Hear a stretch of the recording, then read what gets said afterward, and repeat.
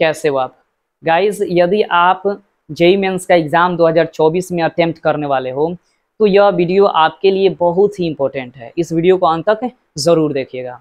वैसे तो आप जानते होंगे कि आपका जो एग्ज़ाम होगा वो 2 सेशन में होंगे। सेशन 1 आपके जैन में होंगे और सेशन 2 आपके अप्रैल में होंगे, क्योंकि एनटीए ने ऑलरेडी आपके एग्जामिनेशन का शेड्यूल आउट कर चुका है। इसमें कुछ बताने की ज़रूरत नहीं है। लेकिन गाइज यह वीडियो इम्पोर्टेंट आपके लिए क्यों है? क्योंकि गाइज इस वीडियो में हम लोग जानने वाले हैं कि जो आपके एग्जामिनेशन होंगे, जो मैथ, फिजिक्स और केमिस्ट्री से जो क्वेश्चंस आएंगे वो किस किस चैप्टर से ज़्यादातर आते हैं, ताकि यदि आप जान लें कि इस चैप्टर से ज़्यादा क्वेश्चंस आएंगे, इस चैप्टर से ज़्यादा क्वेश्चंस आएंगे, तो अगर एक रूल और रेगुलेशन से अगर आप पढ़ाई करेंगे ना तो आपके अच्छे परसेंटाइल आने के चांसेस हैं। इसलिए इस वीडियो को अंत तक ज़रूर देखिएगा। वैसे अगर आप प्रिपरेशन कर रहे होंगे तो आपको तो पता होगा कि फिजिक्स से कितने क्वेश्चंस आते हैं, मैथ से कितने क्वेश्चंस आते हैं, केमिस्ट्री से कितने क्वेश्चंस आते हैं, वो आपको ऑलरेडी पता होगा। इवन आपके टीचर्स ने भी बता रखा होगा। लेकिन उसमें से थोड़ी सी मैं ऐड करना चाहता हूँ कि यदि आप मैथ्स की प्रिपरेशन कर रहे हो, यदि आप फिजिक्स की प्रिपरेशन कर रहे हो, यदि आप केमिस्ट्री की प्रिपरेशन कर रहे हो, तो मैं आपको बताने वाला हूँ कि उसमें से कौन कौन से ऐसे चैप्टर्स हैं जिस चैप्टर में से ज़्यादातर क्वेश्चंस पूछे जाते हैं और पूछे जाएंगे। अगर आप सही तरीके से उसको मेंशन कर लें, क्योंकि आपके पास अगर आप जैन में अटेम्प्ट करना चाहते हो तो आपके पास एकदम थोड़ा सा समय है, मे भी आपके पास 2 से ढाई माह ही टाइम है। तो अगर आप 2 से ढाई माह में अगर आप रिवाइज अच्छा से कर लो तो आपके एग्ज़ाम में अच्छे परसेंटाइल आने के चांसेस हैं। क्योंकि अगर आप सही तरीके से रिवाइज कर लीजिएगा उन चैप्टर्स का तो ज़्यादातर नंबर मिल जाएंगे, और ज़्यादातर नंबर अगर आपके मिल जाते हैं तो आपके अच्छे परसेंटाइल आ सकते हैं। तो गाइज इस वीडियो में बने रहें और अंत तक ज़रूर देखें कि कौन कौन से चैप्टर से ज़्यादातर क्वेश्चंस आते हैं। तो चलिए पहले केमिस्ट्री से शुरुआत करते हैं। गाइज वैसे कहा जाता है कि जेईई मेंस में सबसे वीक पॉइंट कोई है तो वो है केमिस्ट्री। केमिस्ट्री थोड़ी सी हल्की पूछी जाती है।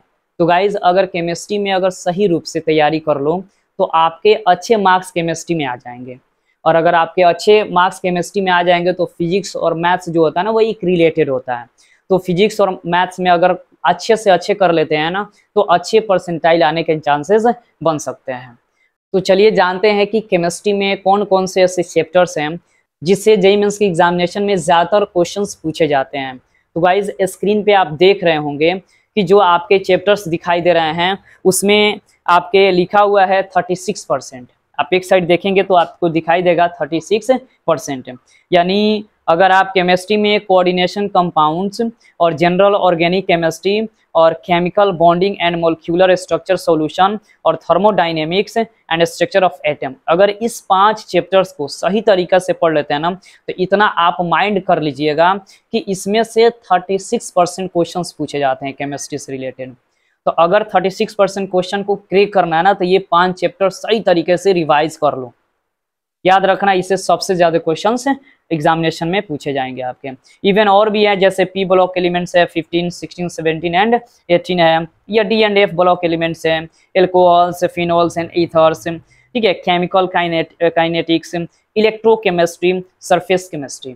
ये कुछ ऐसे चैप्टर्स हैं जो बहुत ही इंपॉर्टेंट चैप्टर है केमिस्ट्री से रिलेटेड, क्योंकि केमिस्ट्री में अगर कुछ क्वेश्चंस आते हैं तो इसी से रिलेटेड आते हैं। और ये जो ऊपर वाला 5 जो चैप्टर्स है ना ये सबसे ज़्यादा इंपॉर्टेंट है। इस पे रिवीजन आप ज़्यादातर करो, क्योंकि अगर आप सही तरीके से रिवाइज कर लोगे ना तो केमिस्ट्री से अच्छे मार्क्स आने के चांसेस मिलते हैं। चलिए अब फिजिक्स को देखते हैं। फिजिक्स में आप देख रहे होंगे कि फिजिक्स में current, electricity, gravitation, magnet effects of current, electrostatics and ray optics, ये जो 5 चैप्टर्स हैं इसमें से आपके 25% क्वेश्चंस पूछे जाते हैं। तो इन 5 चैप्टर्स को अगर सही तरीके से ध्यान देकर अगर पढ़ाई किया जाए और रिवाइज किया जाए तो आपके 25% तो ऐसे ही बन रहे हैं। और भी चैप्टर्स हैं जिसमें से क्वेश्चंस पूछे जाते हैं, जैसे work, power, energy, semiconductor, electromagnetic induction, communication system, dual nature of matter, thermodynamics, motion in 2 dimension, mechanical properties of fluids.